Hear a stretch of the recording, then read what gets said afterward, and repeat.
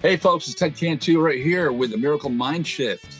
And I want to welcome you to a brand new set design right here. This is Ann Arbor. Actually, this is Liberty Street, where I grew up, more or less. One of the places I grew up in. Right behind me, before I get hit by this mail truck over here, right back there is, where is it? Right this way. There he is, right there. That's the State Street Theater.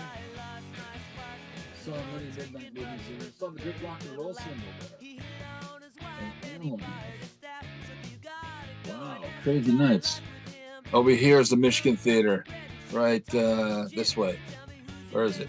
Right there. I saw David Copperfield there, the magician, and the Replacements. Very cool stuff.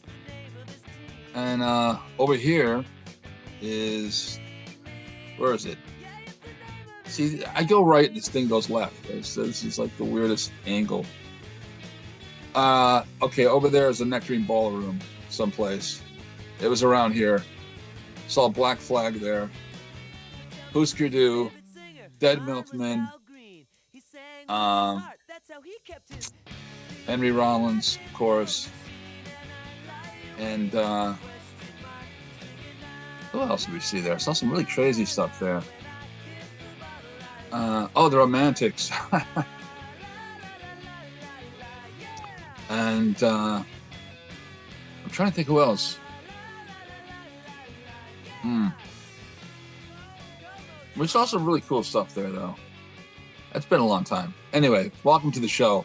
I'm Ted Cantu, ex-art director from advertising in Chicago, New York, and Detroit. And I'm a spiritual coach coming at you with some really, really cool stuff here today. You know, a little part two from yesterday, I was telling you about this amazing meditation class I went to yesterday over at the Treehouse. And I got some notes left over. And, you know, it was a really great thing because we were talking about some of the healing colors that were here. And it just dawned on me, these earth colors were so important because, see, we're doing all this stuff with atoms and, you know, different dimensions, different realities, and the quantum field. But right on, I got it. So it's this page right here, right there. Talking about healing colors, earthly colors of red, magenta, orange, and yellow. Think about that for a minute. Red, magenta, orange, and yellow. Kind of going back to the Thanksgiving episode. Earth colors. That was the colors of the juice that I made that actually healed myself and other people now from plantar's warts. The earth color, colors of the earth, carrots, beet, celery, apple. And I used to have a lot of peppers too, a lot of orange peppers because of the vitamin C quality. But the carrots especially, it just got me thinking about the beet too, the magenta. Anyway, we come from the earth. Hopefully you believe that. Because as a Native American, we believe that. I don't know where you guys think he came from. Other planets, possibly. I've been hearing this theory a lot, which is strange. But I'm just saying that if we came from the earth and the healing earth would actually heal the body, it would really, really make sense that it would fall into those categories, those colors. So there's a book called Eat Your Colors, which talks about eating from different, colors of the rainbow, different colors of chlorophyll that you'll find like in like red cabbage, carrots, and peppers and eggplant and wow, all the phytonutrients and stuff in there. Pretty cool. I just wanted to share that with you. All right. I got some unpleasant news. I guess I might just go ahead and just get into it. There was a fire recently in my hometown of Walled Lake, and I'm not exactly sure when it happened. It must have happened recently because I've been up and down this street by the lake, and I have not seen this. But here's a picture of it right here. Uh, Let me give you a little backstory about this place. This was it's a little strip of tiny apartments, and oh, back during this the Wall Street occupation, there was this idea that we have called the 1%. Now it's different from the 1%, you know, Kabbalistic 1%, 99% deal. Put that on hold. This is something different they were trying to project on people, where we're saying the rich fat cats of Wall Street were the 1% rich, and we are the suffering 99%. Okay, got it. I don't know if you remember this or not, but they were doing these protest things right here on Liberty Street, as a matter of fact. I remember walking past it, a bunch of kids out in the middle of the street protesting. Anyway, this particular apartment building put signs up all over their building that we are the 1%. We are the suffering 1%, proclaiming this negative energy around them, and it caught on fire. The first time, this actually happened twice. The building was fixed up. I don't know what happened to the tenants, but this happened again, and this kind of thing. So I drove by today, and I was like kind of horrified. I'm like, well, this is not right. Now I don't know if it was the same people who did it. I don't know if they left a hot plate on or something, or what happened, or electrical fire. I just know that the fire struck the same portion of the building. And why is that? You know, when you speak negativity over anything, it has a lingering effect unless it's removed. And I've seen this happen with people, situations, accidents, uh, health crisis,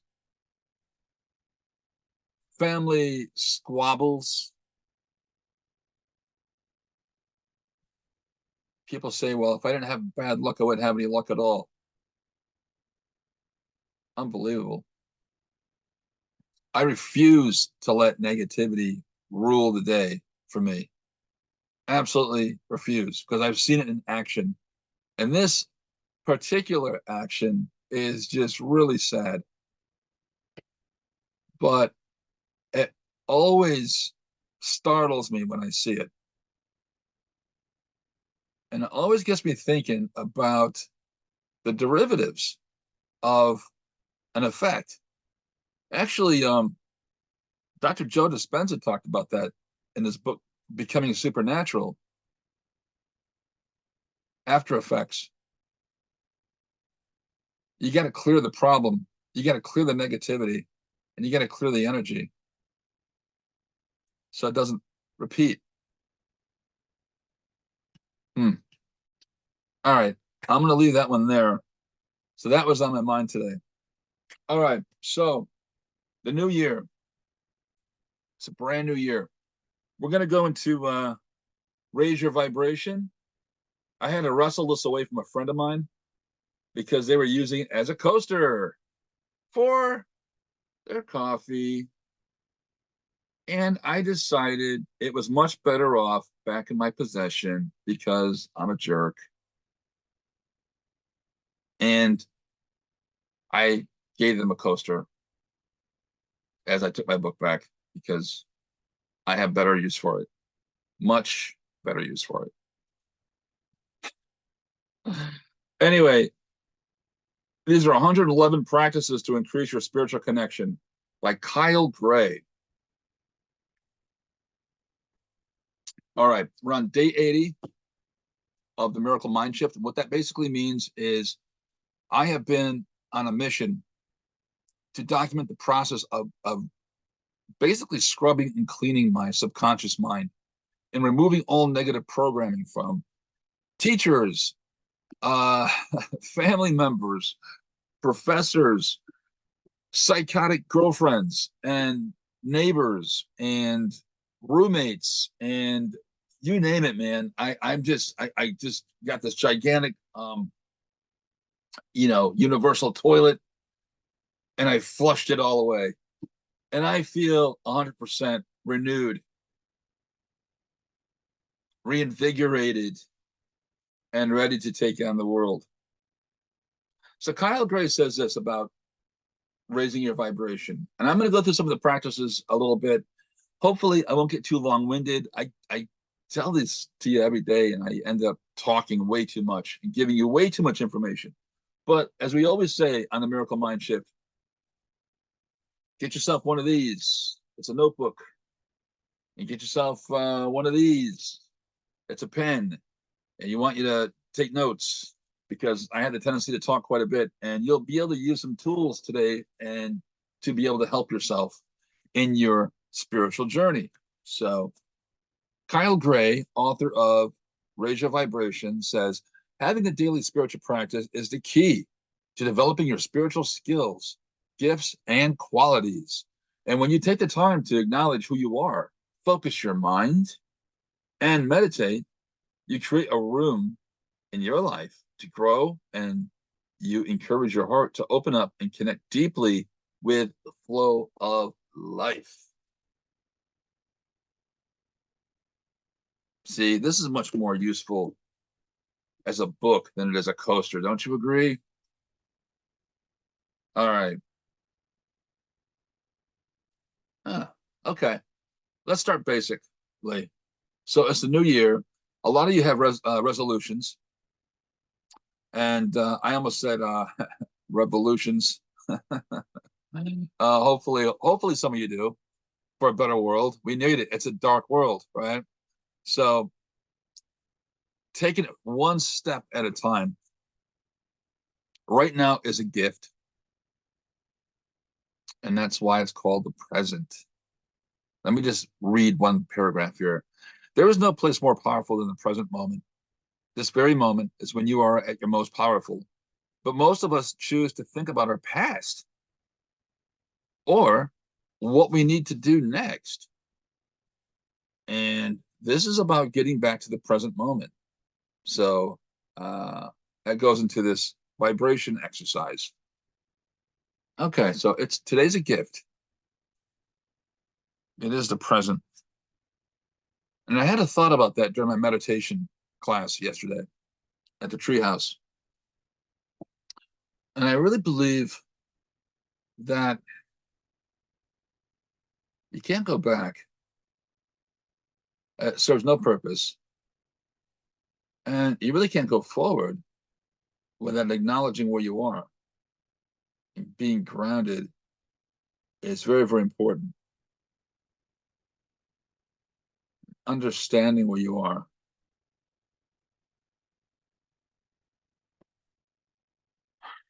Being present.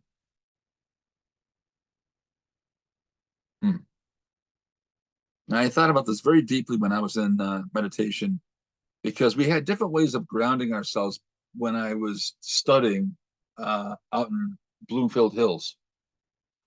And some of the yoga teachers had this idea that you had to imagine this silver cord that goes down into the earth, and your I don't know, something about it goes out the top of your head and goes into space and anchors itself. I don't know. It was so crazy. And then some people say you had to ground yourself like a tree. Imagine yourself as a tree and your feet are like roots going into the earth. These are all interesting theories, but I couldn't relate to any of them. And what was really, really bad, we used to fight about this stuff. And I remember, I think I remember fighting with my girlfriend about it. And I ended up having to sleep in the car.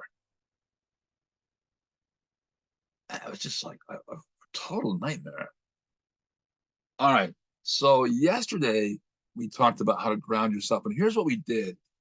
We actually did this thing in meditation where we imagined our magnetic field, our mind, body, spirit. We have three bodies: your physical, the one that sleeps in the car right here, uh, and then the electric body, which is like around us, this magnetic body, right? And your spirit, mind, body, spirit. So you're a spiritual body, but then you're like your electric body. Hmm. Your aura, which rarely ever gets talked about in a lot of books. Rudolf Steiner talks about your aura getting strengthened through meditation practice, and it will actually adapt this purple magenta quality, which is actually pretty important because that'll deflect a lot of negativity. And it makes me think about Elizabeth Clare Prophet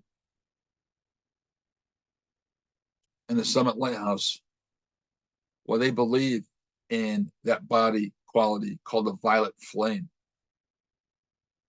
And it deflects negative energy and it's around you.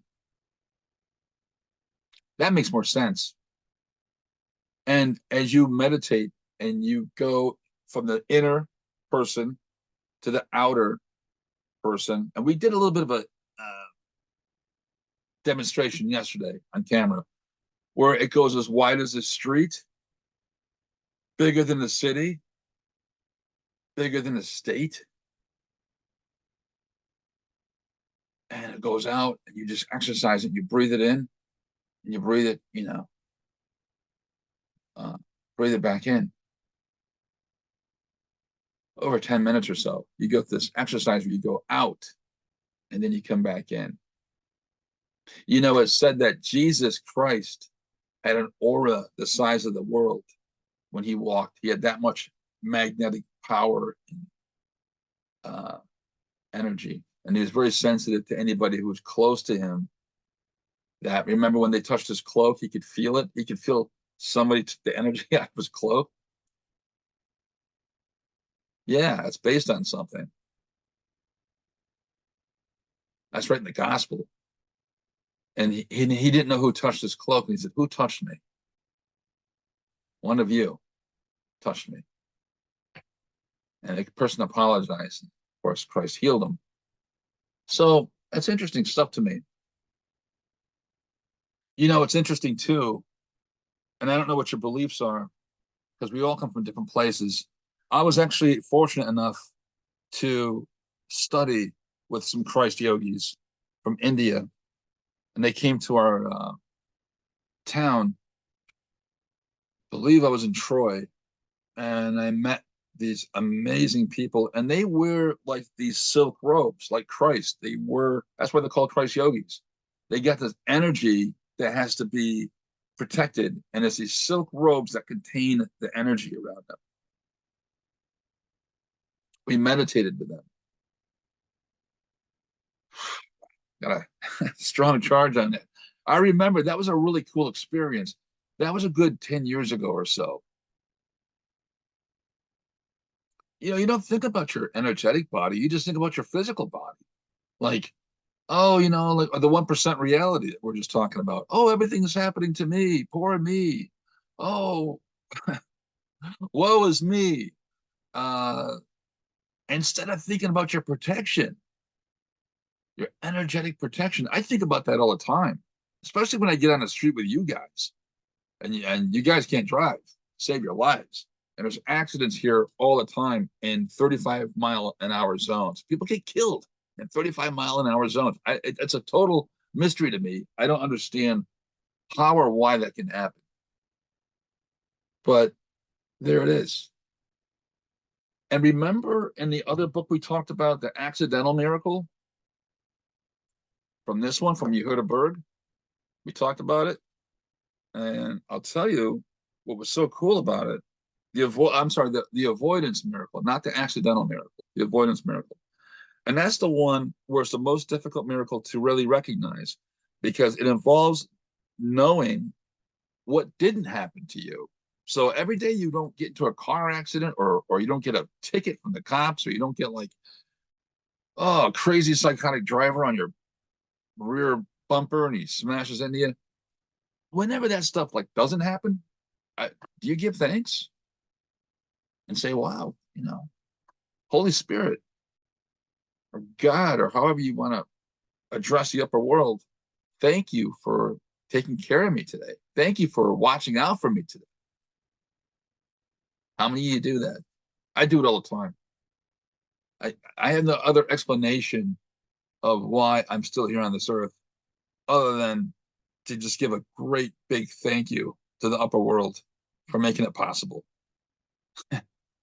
Even though some days here are very troubling and always full of challenges, I always give thanks. I always give thanks. But that energetic field is really, really important to think about your energetic body. Wow. Feed your soul with positive things. And I would even say feed your earthly body positively with the colors of the earth, like we talked about in that handout. Taking care of all three of your bodies, is that possible?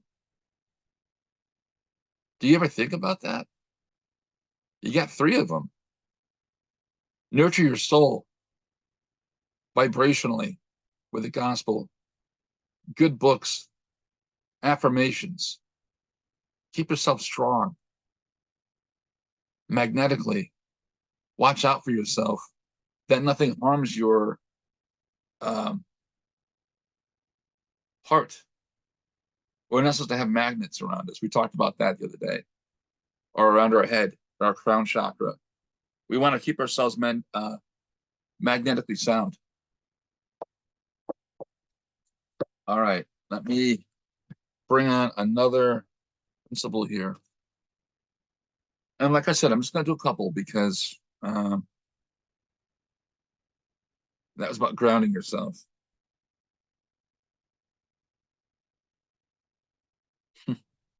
There's some good ones in here. I can't believe people would use this for a coaster, isn't it? I don't understand that.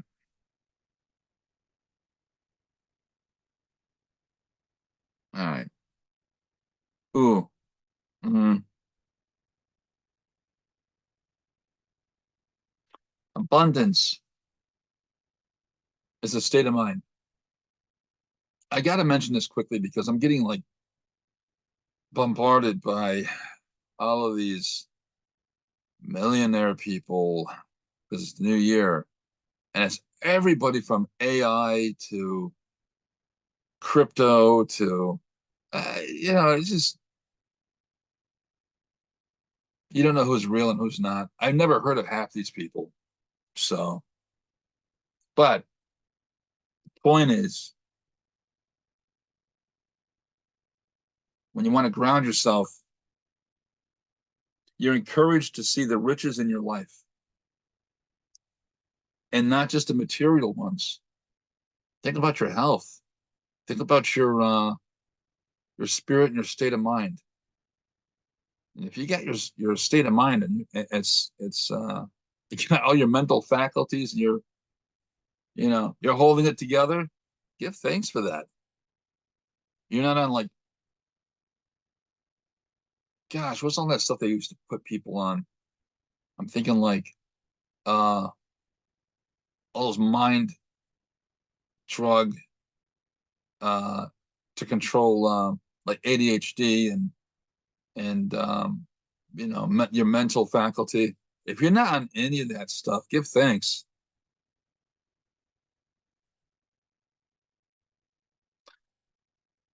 It says it doesn't matter if we have certificates on our wall, doesn't matter how much we how much we're worth. The universe doesn't measure us at all. As far as it's concerned, we are all perfect because within us there's a perfect spark.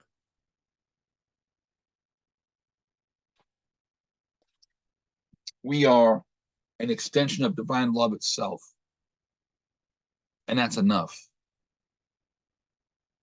I like that. All right, just a couple more.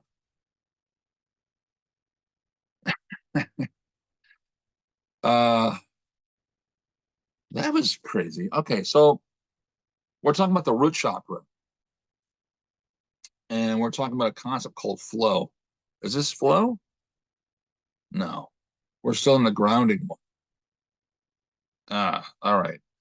Your root chakra, Muladhara, is one of the seven major spiritual centers in the body.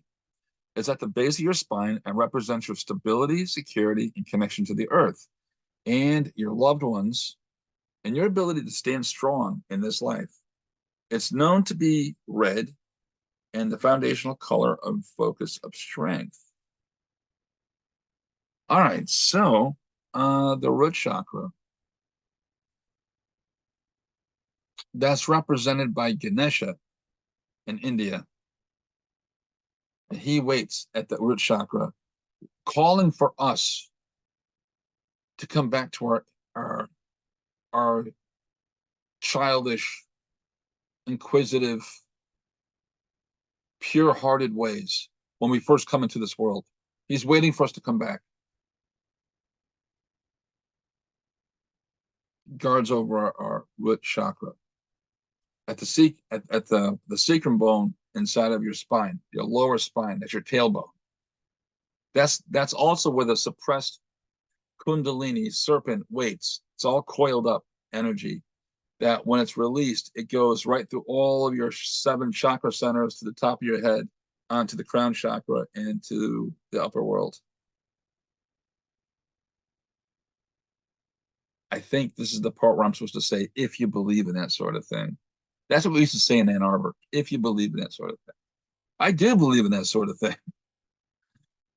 Uh, College was a good time sometimes, but it was also very limiting and very kind of like being in a box because you didn't want to go outside of the box too much. You had to go in with a mass thinking so you didn't like upset or rock the boat because people had very thin skin. You had to kind of like stay in the same level so you wouldn't like upset anybody. But yeah, no, I totally believe in that. Seven chakras, Kundalini. And yesterday, it was weird. Like I talked to a lot of people, and a lot of them never even had their Kundalini open, and they weren't like spring chickens, man. They were, they were they were adults. But that's one of the weirdest feelings to finally get connected and get opened. All right, got a root, and then feed your root chakra. That's interesting too. There's teas for it now, but that beetroot, man, anything that goes into the earth, that's such an earthly drink. Carrots, beets, comes on the earth. Celery, apples grow on trees, but those, and then of course the parsley that was in that juice, not really an earth color. It's more of a sky color with the blues. But I put it in the original juice because the chlorella, what is it called? Chlorophyll actually delivers fresh oxygen supply into your uh, blood, and they can actually break up things like tumors and stuff in your body. It pumps a fresh blood supply. Again, watch the Thanksgiving Day show where I give thanks and gratitude, and I explain the whole juicing episode there. Even the weird stuff, the supernatural stuff, I put it all in there. Uh, it's worth watching. It's one of the strangest things that's ever happened to me, but in a good way. It was a glorious miracle all into itself. And those are the moments that really make life worth living for. Now we're into a section called flow. If you got no flow in your life, we're going to fix it right now. I'll pick out a really good one here for you. Okay. Uh, all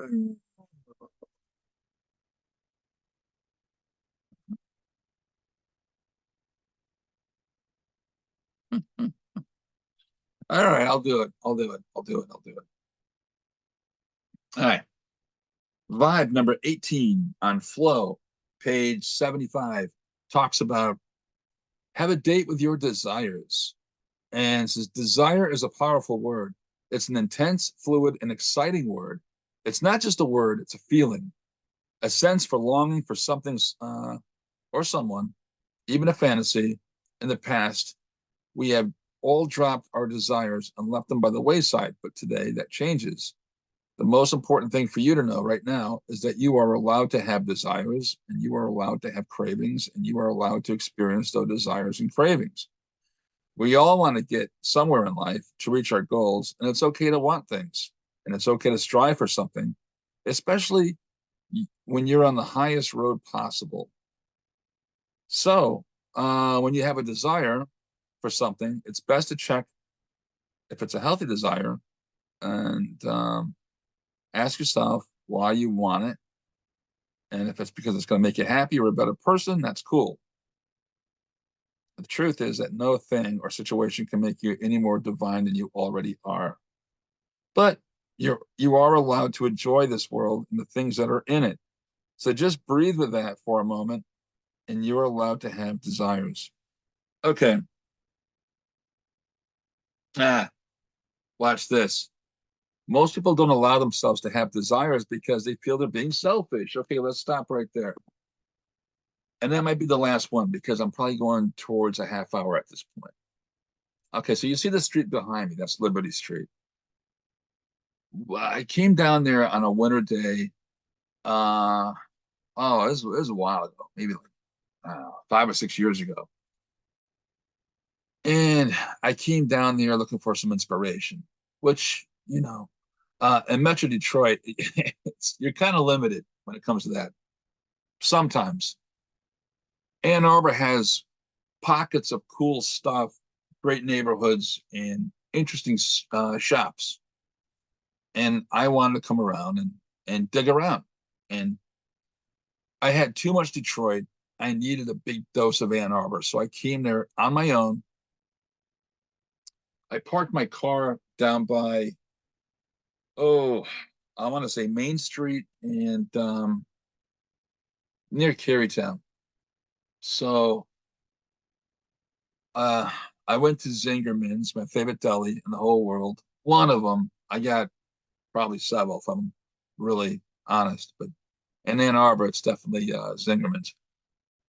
Got myself a big corned beef sandwich, got myself a Reuben there, and then uh, some celery soda, which you can't get anyplace else. Dr. Brown's celery soda.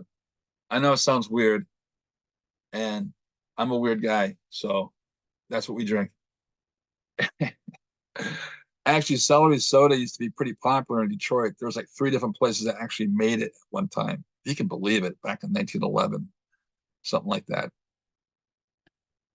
And then I went down to the bookstore, which is Dawn Treader, which is actually it's actually in front of me. So if I keep walking, Dawn Treader bookstore is going to be like over here. I'm sorry, over here. And I bought myself some books. I bought myself, what did I buy myself? I bought, oh geez, what did I buy? I think I bought some Doctor Who books that are out of print from like back in the 80s. I'm pretty sure I did. And then I bought myself some music. I bought myself what was it? Golly, who was it? The band that has it was an 80s band that didn't get any airplay. Uh like that. Now I can't think of who they are. It'll come to me in a minute. I bought a couple of Doctor Who DVDs too. The Christmas DVD. You know, the BBC, Doctor Who, they do these uh special episodes on the holidays for Christmas. And I bought one. And I thought it was pretty cool. And I enjoyed it. I brought it home. And I found a book on Houdini. I'm looking for my phone, by the way. I'm trying to, oh, here's my pocket. So that band, I'll find it in a minute. Um, so while I'm doing that, I bought a book on Houdini, which is really cool because he was like a student of P.T. Barnum. And it was a big book too. It was like this big. It was like real thick book about the history. And I thought it was really, really cool. Here we go. The Primitives.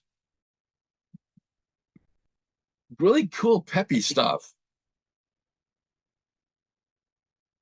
And it snowed and it was bitter and my hands were like frozen. The gloves that I wore did no good. And I had to walk from this street all the way back to Carytown, which is that way. I'm not used to doing this. It was that way. See, I'm reverse right now. And it was a long, there we go, long way, long way, long, cold, bitter walk. And I remember my ears were like freezing. I had to grab the tips of my ears like this so they wouldn't freeze because that's how bad I was.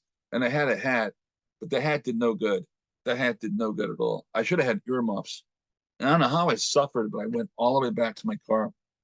But I had the goods. I had, you know, I took myself on a date of sanity, and it was all Ted stuff.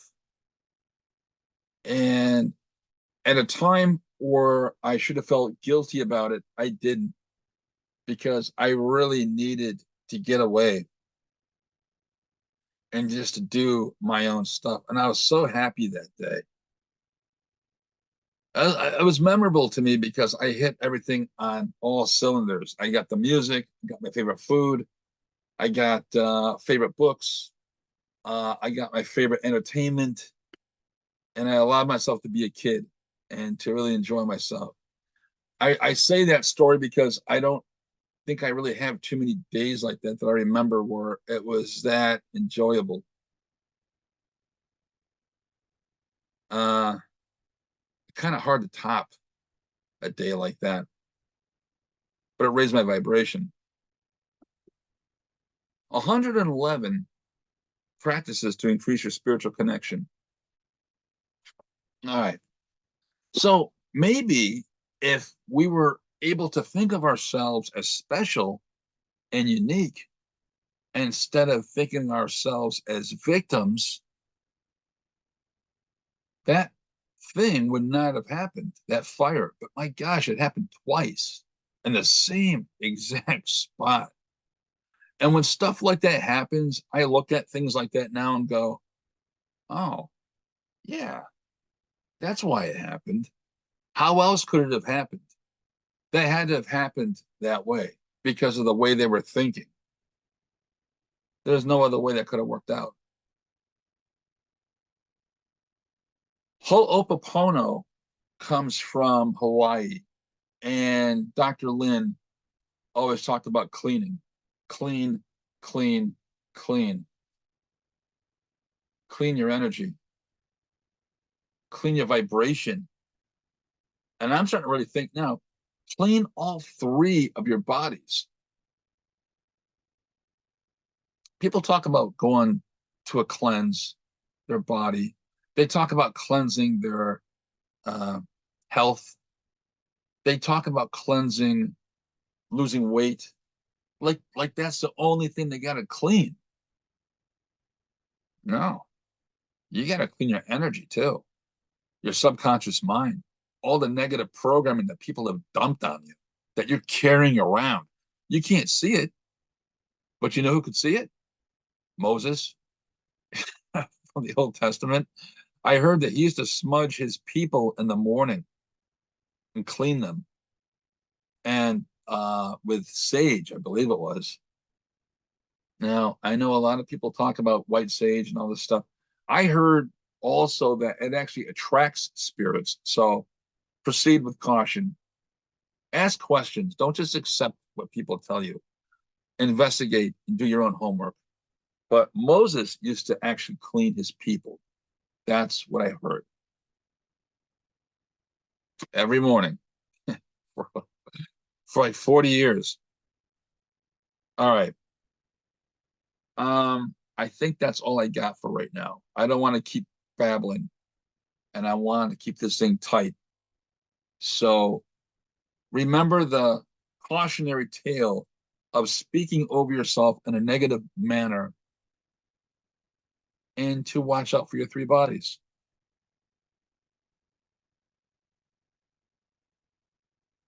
And don't let other people define you. Don't take ownership of labeling.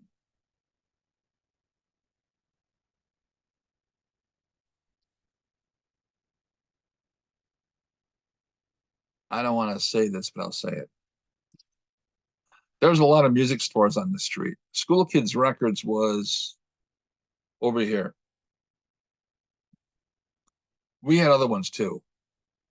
There was one back that way on the corner. I remember there was one over there. And then there was like another one like around the corner from there. And then of course there was Stairway to Heaven,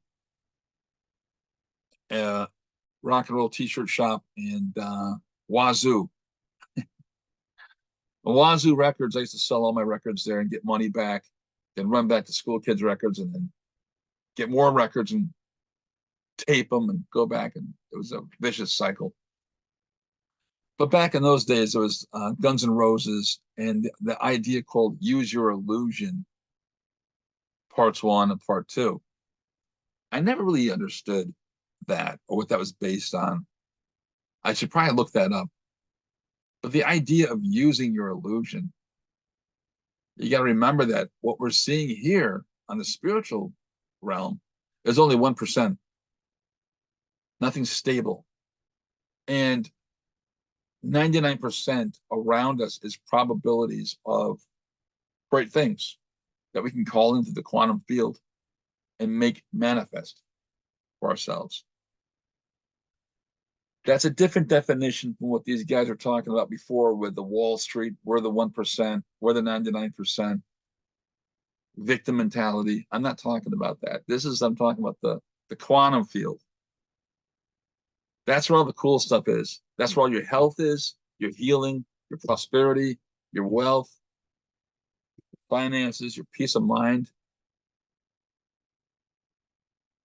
It's worth fighting for. Align yourself with spirit as tight as you can.